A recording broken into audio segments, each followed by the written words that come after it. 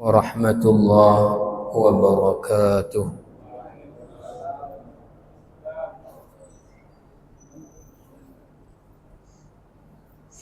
Alhamdulillahi rabbil alamin. Wassalatu wassalamu ala sayyidil mursalin nabiyyina Muhammadin wa ala alihi wa sahbihi ajma'in.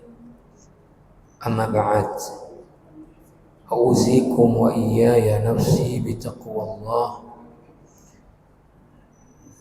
Ittaqullaha sirran wa alaniyah. Ittaqullaha bima amar wantahu amma naha anhu wa zajar. Hadirin hadirat sidang jamaah salat maghrib dimuliakan Allah. Alhamdulillah wa syukurillah, kita baru saja dapat melaksanakan salat fardu maghrib kita di awal waktu secara berjamaah di rumah Allah yang mulia ini. Alhamdulillah, selesai salat kita masih punya waktu kesempatan untuk kita mendengarkan nasihat Allah dan Rasulnya, dengan harapan apa yang kita dengar mampu kita amalkan dalam kehidupan kita sehari-hari. Allahumma ja'alna mimman yastami'una al-qawla wa yattabi'una ahsana. Para jamaah yang mulia, kita sudah membahas tentang tanda-tanda kiamat yang disebut oleh para ulama dalam kelompok tanda-tanda kecil, al-alamat as-sughra. Kita juga sudah bahas tentang tanda-tanda besar mendekati terjadinya kiamat yang oleh para ulama disebut dengan al-alamat al-kubra.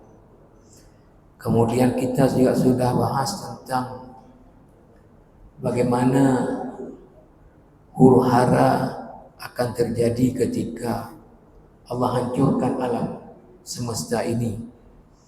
Kemudian bagaimana proses manusia dibangkitkan kembali, dikembalikan ruh-ruh ke jasad-jasad mereka, dibangkitkan lagi dari kubur-kubur mereka. Bagaimana mereka ketika dibangkitkan keadaannya, kemudian mereka dikumpulkan di satu padang. Bagaimana bentuk padangnya, bagaimana huru haranya, juga sudah kita bahas. Juga selanjutnya, bagaimana manusia harus menghadapi hisab bagi yang tidak masuk surga bighairi hisab, dan bagaimana beratnya perkara itu. Kemudian bagaimana proses mizan, timbangan amal, dan kemudian bagaimana manusia harus berjalan di atas jembatan yang dibentangkan di atas neraka jahanam. Kemudian terakhir tentu bagaimana dahsyatnya azab neraka dan bagaimana dahsyatnya nikmat surga. Tentunya Allah memberitahu kita, baik langsung itu melalui lisannya Allah Al-Quran maupun melalui lisannya Nabi Muhammad SAW dalam hadis-hadis, baik itu qudsi maupun nabawi. Tentunya untuk membuat kita dua hal. Yang pertama, tentu kita dengan mengetahui bagaimana tadi beratnya fitnah dalam kehidupan ini, yang itu menjadi pertanda daripada mendekati kiamat, baik fitnah yang sughra maupun fitnahnya yang kubra. Kemudian bagaimana tadi huru hara, fase-fase yang akan dilalui dan beratnya. Dan terakhir tentu bagaimana dahsyatnya azab neraka. Tentu untuk menghadirkan dalam diri kita ini rasa takut kepada perkara-perkara yang menakutkan itu. Dan tentunya terakhir adalah harapan bagaimana kita bisa selamat daripada perkara-perkara itu yang menakutkan, dan bagaimana kita bisa mendapatkan kenikmatan surga nantinya. Maka tentu jamaah rahimakumullah, inti yang ingin dicapai melalui apa yang Allah sampaikan ini adalah bagaimana hadirnya dalam diri kita adalah rasa al-khawf, takut kepada perkara-perkara yang menakutkan tadi. Dan bagaimana hadir dalam diri kita harapan roja untuk bisa selamat daripada perkara-perkara yang menakutkan tadi. Terakhir bagaimana kita mendapatkan nikmat surga. Maka seperti yang saya janjikan, kita sudah selesaikan bahasa itu semua dengan kitab Syekh Muhammad Hassan tentang masalah berakhirnya alam semesta, nihayatul alam. Maka sekarang kita bahas di kitab Syekh Saleh Al-Munajjid, A'malul Qulub, karena rasa takut itu pekerjaan hati, harapan ar-raja itu pekerjaan hati. Maka Syekh Saleh Al-Munajjid menulis satu kitab, beliau beri nama A'malul Qulub, pekerjaan-pekerjaan hati. Salah satunya adalah tentang al-khawf, tentang al-khawf. Tentu juga ada tentang ar-raja. Untuk memperkuat ya hadirnya ya rasa takut dalam diri kita. Karena sebetulnya inti daripada mendengar ceramah, inti daripada mengikuti pengajian ya adalah apa? Bertambahnya rasa takut kita kepada azab Allah.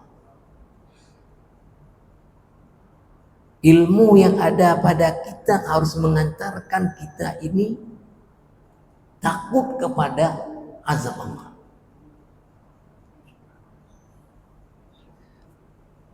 Pertama, Syekh Saleh Al-Munajjid membahas di bahasan tentang al-khawf ini adalah mulai daripada ahammiyatul mawdu'. Apa pentingnya membahas tentang al-khawf ini? Beliau memulai dengan lil khawfi ahammiyatun khassatun fi syari'atil Islam. Rasa takut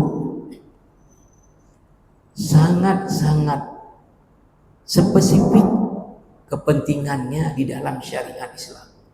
Ini perkara amat penting dalam syariat Islam, atau ini perkara amat penting bagi setiap orang Muslim ada rasa takut di dalam dirinya. Kenapa? Li'annahu yadfa'un nasa ilal a'mali salihati wa yub'iduhum 'anil wuqu' bil af'ali sayyi'ati. Karena dengan ada rasa takut kepada azab Allah akan mendorong manusia ini untuk beramal saleh. Yang mendorong orang untuk melakukan salat fardu tentu adalah takut kalau meninggalkan salat fardu. Hukuman konsekuensi meninggalkan salat fardu apa? Maka takut kepada hukuman meninggalkan sholat fardu, mendorong orang untuk sholat fardu. Takut akan hukuman tidak berpuasa di bulan Ramadan, mendorong orang walaupun lapar, walaupun haus, dia tahan. Itu satu.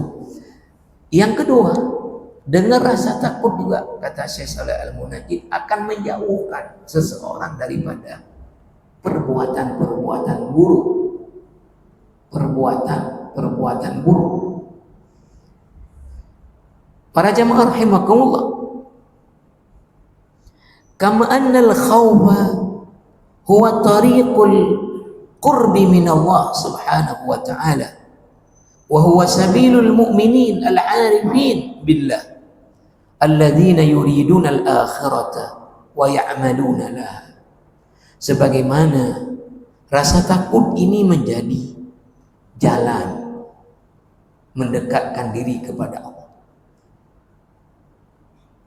Nanti akan disebutkan ke depan ini, apapun di dunia ini, kalau itu kita takuti, mesti kita jauhi.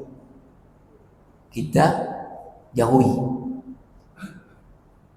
Tapi kalau kita takut kepada Allah, justru kita mendekat kepada Allah.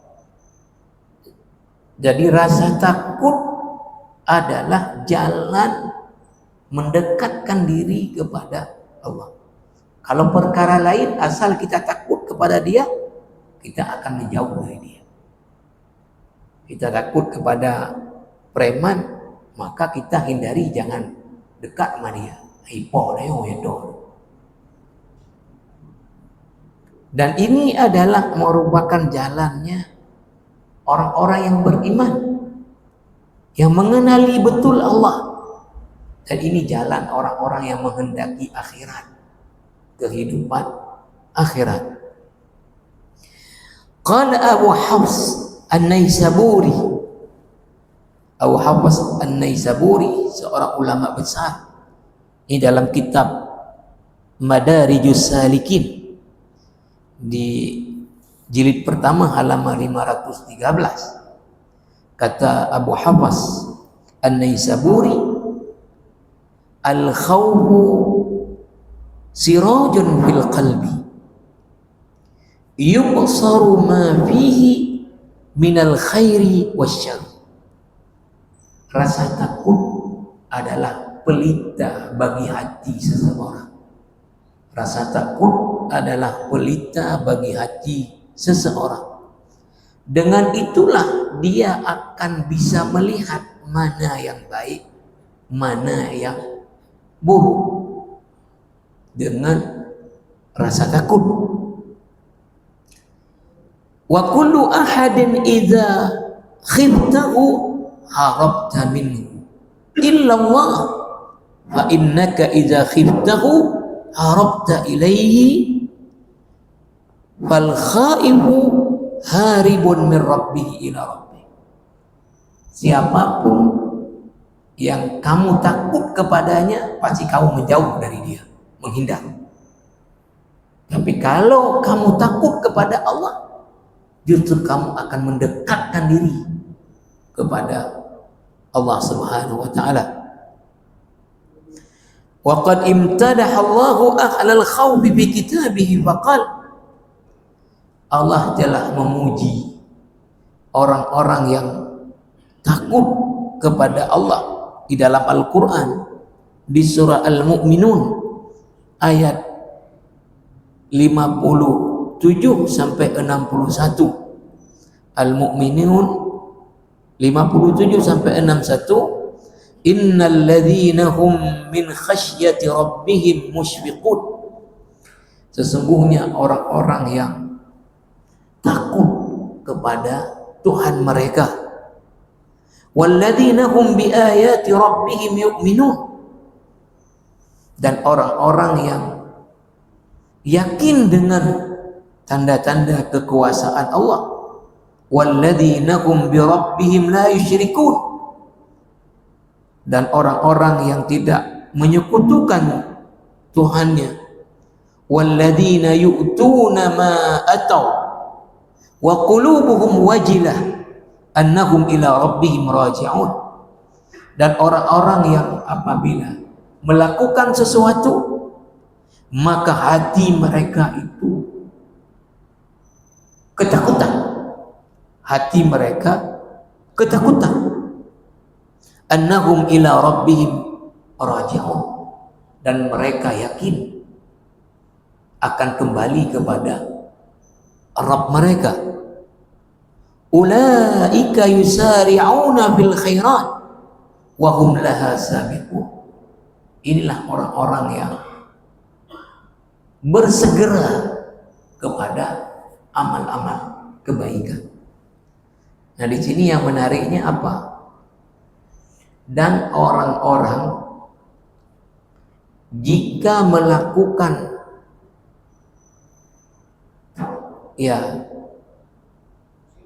perbuatan, bahasa Qur'annya walladzina yu'tuna ma ataw, orang-orang yang telah melakukan apa yang sudah mereka lakukan, wa qulubuhum wajilah, tapi hati mereka itu kemudian ketakutan.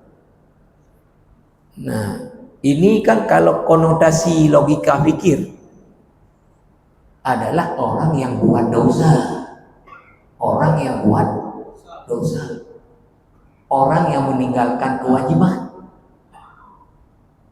Oh, maka lonjok ada kok di panjerau. Begitu. Orang-orang yang dengan apa yang mereka sudah lakukan, hati mereka itu ketakutan. Berarti kan melakukannya adalah maksiat atau meninggalkan kewajiban. Yang menarik apa? Aisyah tanya sama Nabi. An Aisyah zaujin Nabi sallallahu alaihi wasallam qalat sa'altu Nabi sallallahu alaihi wasallam an hadhihi al-ayah walladzina yu'tuna ma ataw wa qulubuhum wajilah ahumul ladzina yashrabuna al-khamra wa yasriqun. Aku tanya kepada Rasulullah, kata Aisyah, apakah yang dimaksud ayat orang-orang yang apabila telah melakukan sesuatu hati mereka ketakutan? Apakah yang minum khamar? Apakah mereka yang mencuri? Nah, karena konotasi kan habis buat amal ketakutan, berarti kan maksiat. Apa jawab Rasulullah? Qala la ya bintas Siddiq, bukan wahai anaknya As-Siddiq Abu Bakar, walakinnahum alladzina yasumun wa yusallun wa yatasaddaqun wa hum yakhafuna alla tuqbala minhum.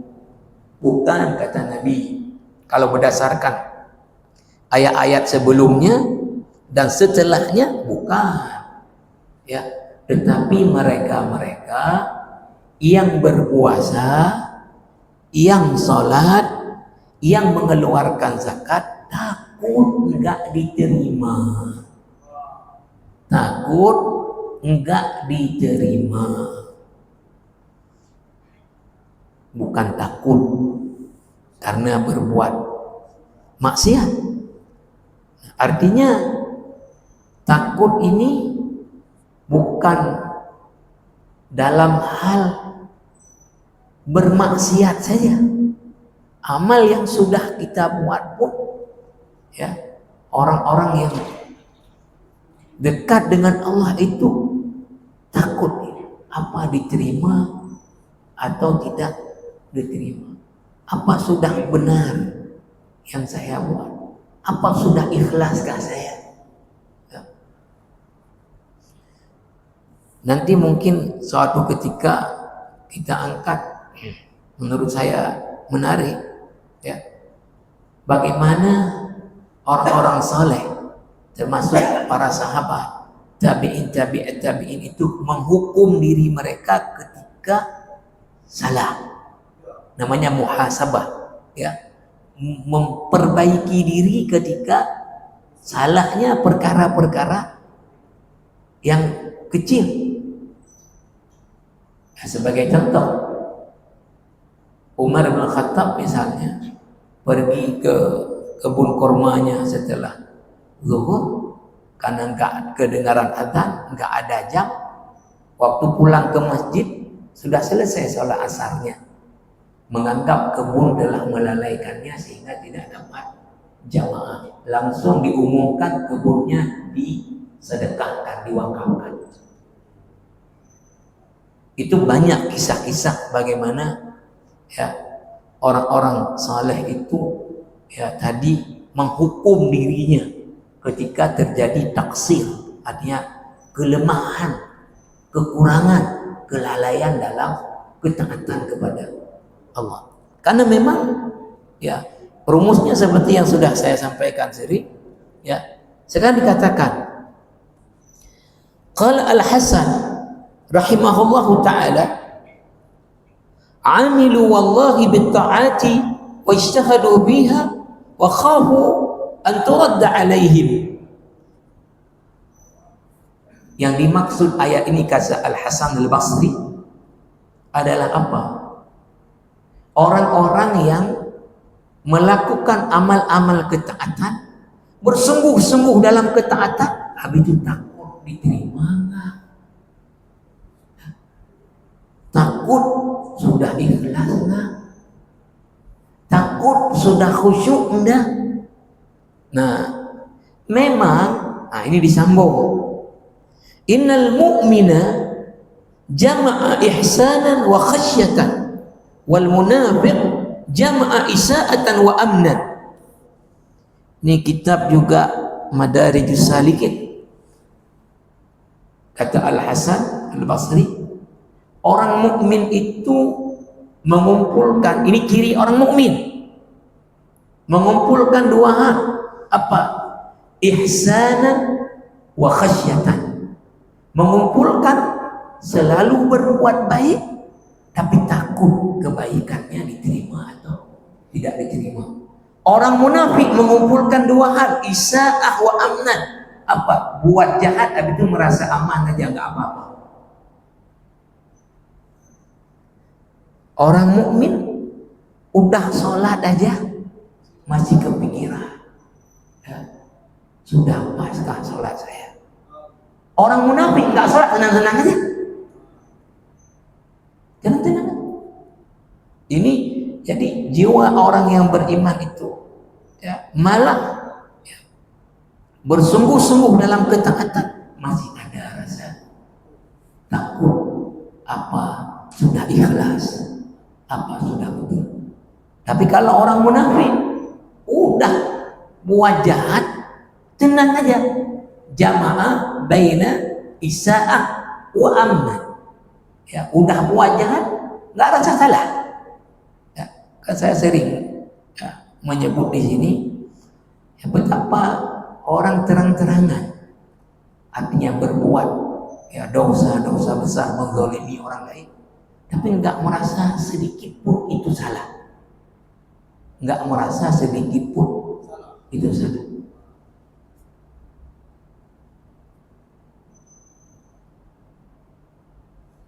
Kadang-kadang ya seperti kita sebut ya, misalnya di dunia penegakan hukum, ya, bagaimana ya, orang yang salah kecil tapi kemudian tidak mau membayar, kemudian dihukum berat. Orang salahnya berat tapi mau membayar kemudian dibebaskan. Bagaimana orang ditakut-takuti.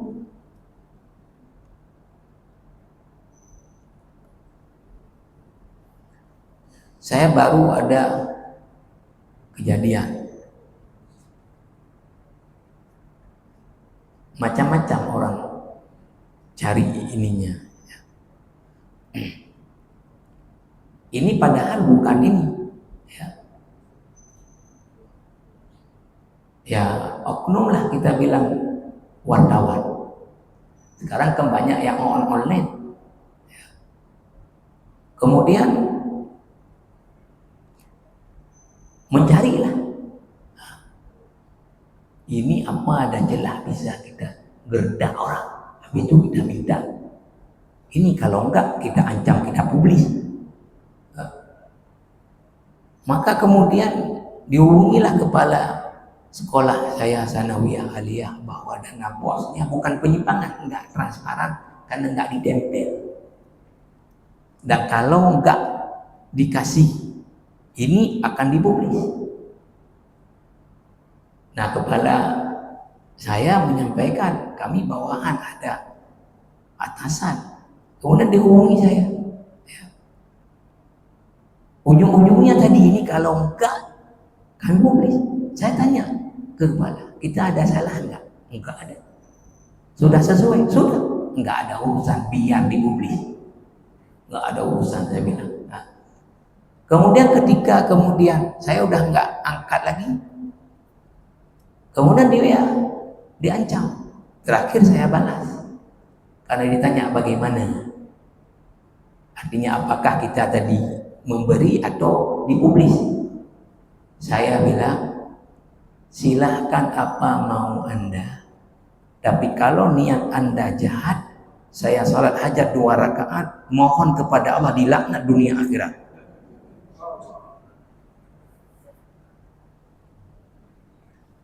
Habis itu dia balas, yang bijaksana adalah apa?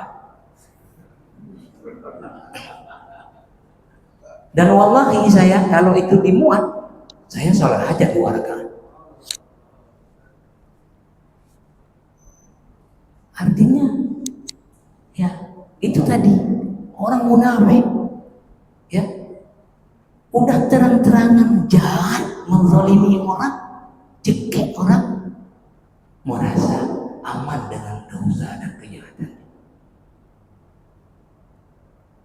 Ya, maka ciri tadi orang yang betul-betul beriman justru buat amal soleh saja masih takut itu diterima atau tidak diterima.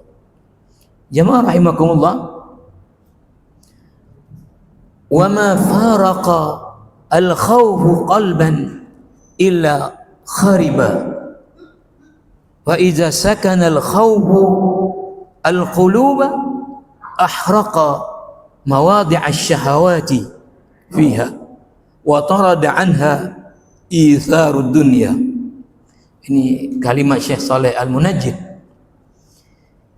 Kalau hati seseorang dia jauh dari ketakutan atau dalam hatinya tidak ada ketakutan kepada azab Allah, maka khariba, rusak hati orang itu, akan rusak.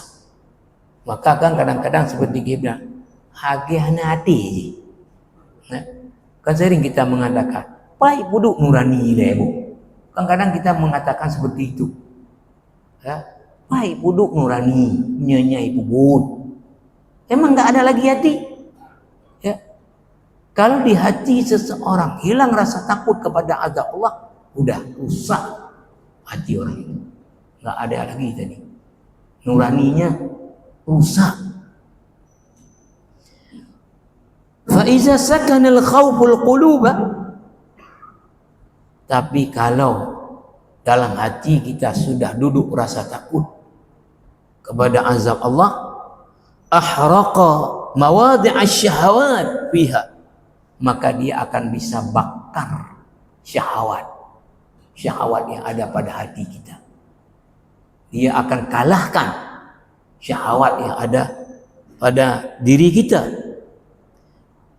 Wa tarada anha itharud dunya, dengan rasa takut juga dia akan bisa jauhkan dari kita memprioritaskan kehidupan dunia berbanding dengan kehidupan akhirat. Jamaah rahimakumullah, kemudian disebutkan wa man khafa al-yawma amina ghadan wa man amina al-yawma khafa ghadan. Ini kata Syekh Saleh Al-Munajjid, siapa yang takut di kehidupan di dunia ini kepada azab Allah, dia akan aman dari azab Allah di akhirat. Siapa yang merasa aman dari azab Allah, enggak takut, maksudnya dia akan dibuat takut oleh Allah di akhirat nantinya.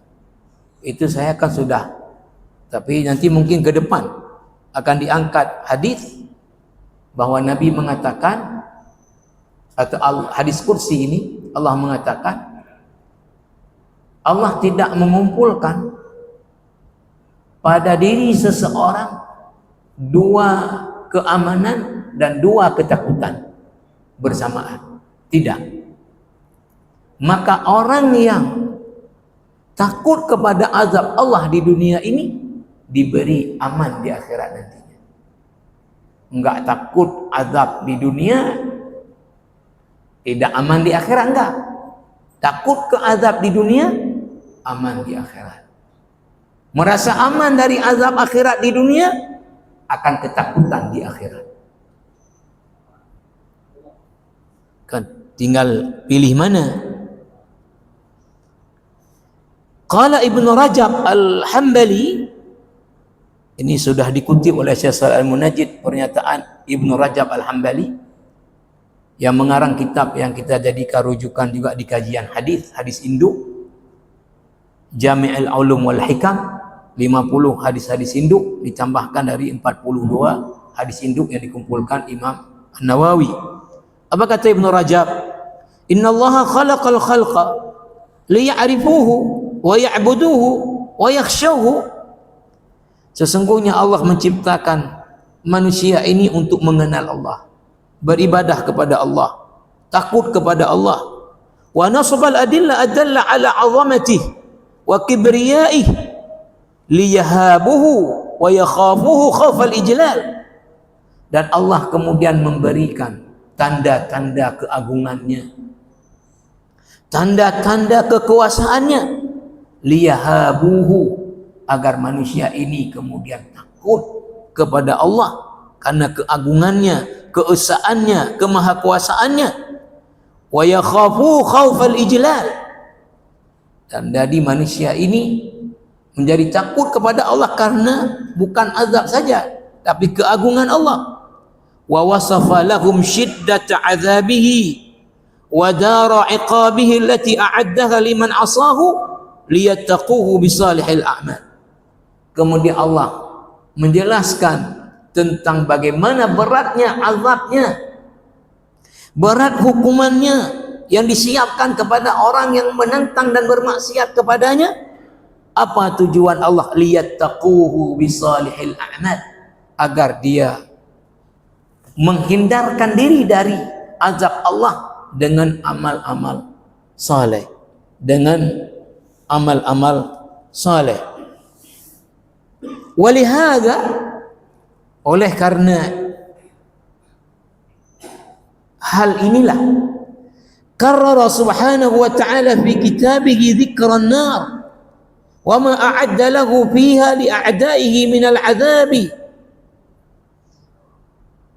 Kenapa Allah menyebutkan azab neraka di banyak ayat dan diulang-ulang? Dan bagaimana beratnya azab neraka, apa makanan penghuni neraka, apa minuman penghuni neraka. Itu disebutkan berulang-ulang di banyak ayat. Untuk apa itu? Agar supaya manusia tadi takut kepada Allah. Wa mahtawat alaihi min az-zaqum wadh-dhari' wal-hamim was-salasil wal-aghlal ila ghairi dhalika mimma fihi min al-'adha'im wal-ahwal. Disebutkan makanan, minuman penghuni neraka dan bagaimana beratnya azab neraka, agar hadirnya rasa takut tadi kepada perkara-perkara tersebut. Wa da'a ibadahu bidzalika ila khasyatihi wa taqwahu wal musara'ah ila imtithali ma ya'muru bihi wa yuhibbuhu wa yardha. Maka Allah mengajak hamba-hambanya untuk kemudian takut kepada azabnya Allah dan bersegera untuk mematuhi perintah-perintah Allah dan hal-hal yang Allah ridhai, wajtinab ma yanha anhu wa yakrahuhu wa ya'bahu, dan menjauhi apa yang dilarang oleh Allah dan hal-hal yang tidak disenangi oleh Allah Subhanahu wa taala. Faman ta'ammala al-kitab al-karim wa adara fikrahu fihi wajada min dhalika al-'ajab al-'ujab wa kadzalika as-sunnah as-sahihah allati mufassirah wa mubayyinah li ma'ani al-Qur'an. Kalau seseorang merenungkan ayat-ayat tentang begitu banyak yang menceritakan tentang azab-azab neraka, kemudian dia merenungkan itu, maka dia akan dapatkan hal-hal yang tentu menakjubkan, bagaimana Allah berulang-ulang menjelaskan tentang azab neraka, agar ini menjadi hal yang harus dipikirkan dan betul-betul direnungkan oleh hamba-hambanya. Begitu juga di dalam sunnah-sunnah Nabi, hadis-hadis Nabi sallallahu alaihi wasallam. Wa kadzalika siyar as-salaf as-salih ahli al-ilm wal iman min as-sahaba wat tabi'in lahum bi ihsan ma anta man ta'ammalaha alima ahwal al-qaum wa ma kanu alaihi min al-khawf wal khasyah wal ikhbar.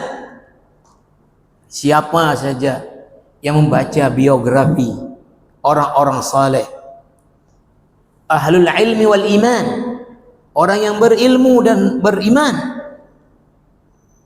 baik di kalangan sahabat, tabi'in,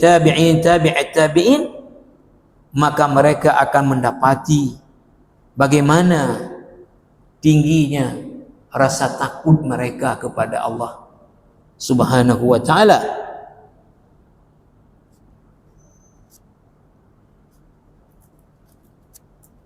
Wa anna dhalika huwa alladhi raqqahum ila tilka al-ahwal al-sharifah wal maqamat as-saniyat min shiddatil ijtihad bit-ta'at wal inkifaf an daqa'iq al-a'mal al-makruhat fadlan an al-muharramat. Maka kita akan dapati bagaimana para sahabat, tabi'in, tabi'at tabi'in, kesungguhan mereka dalam beribadah. Bagaimana mereka menjaga diri terhadap hal-hal yang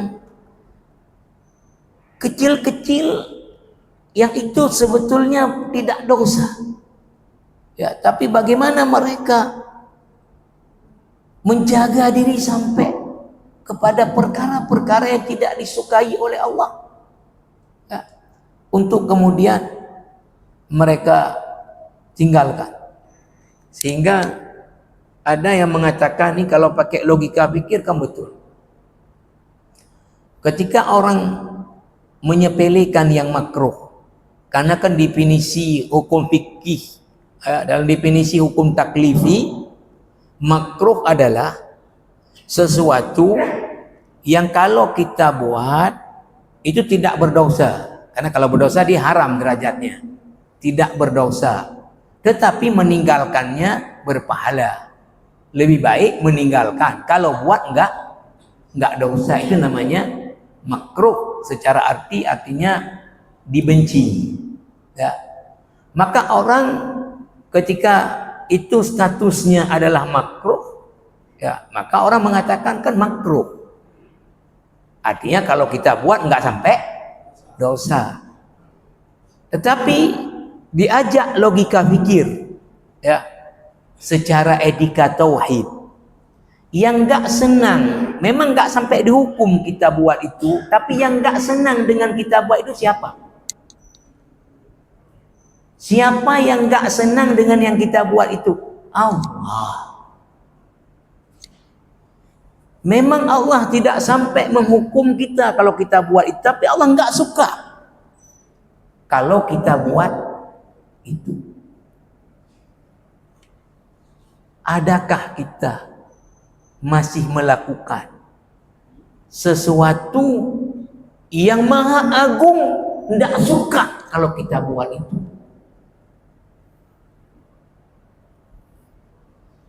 Kalau secara logika ininya, tauhid walaupun makruh, karena yang gak suka kita buat itu adalah Allah, bukan kawan kita, bukan keluarga kita, bukan bos kita. Allah yang gak suka kita buat itu.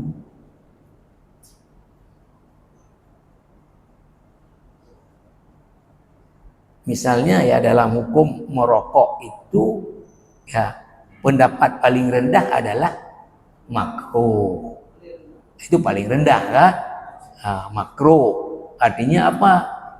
Ya, tidak disukai. Ya. Maka ya perkara makruh itu kalau secara fikih ya tadi cara lihatnya, kalau dibuat enggak dosa. Ya, tapi enggak dibuat lebih bagus. Ya. Tetapi secara tauhid ya, maka tentunya amat utama untuk kemudian tidak kita buat, karena yang enggak senang kita buat itu adalah Allah, bukan kawan kita, bukan bos kita. Allah enggak senang kita buat itu. Maka tadi di sini disebutkan kalau kita baca biografi ya, dan kalau saya terus terang saja, salah satu yang banyak mempengaruhi kejiwaan kita ini, kalau bagi saya tidak tahu orang lain, adalah ketika membaca biografi orang-orang saleh. Misalnya dalam hal menghadapi ujian-ujian kehidupan, lalu kita bandinglah dengan apa yang menimpa kita. Tidak ada apa-apanya. Kemudian kita lihatlah misalnya ibadah kita dengan ibadah orang-orang soleh tadi, ya dapatlah kita nggak ada apa-apanya. Kita lihatlah bagaimana biografi orang-orang alim yang kontribusinya untuk ilmu dunia syariat begitu agung. Kita lihatlah pengorbanan mereka untuk itu seberat apa. Kita dapatilah kita ini jauh kali, jauh sekali. Ya. Maka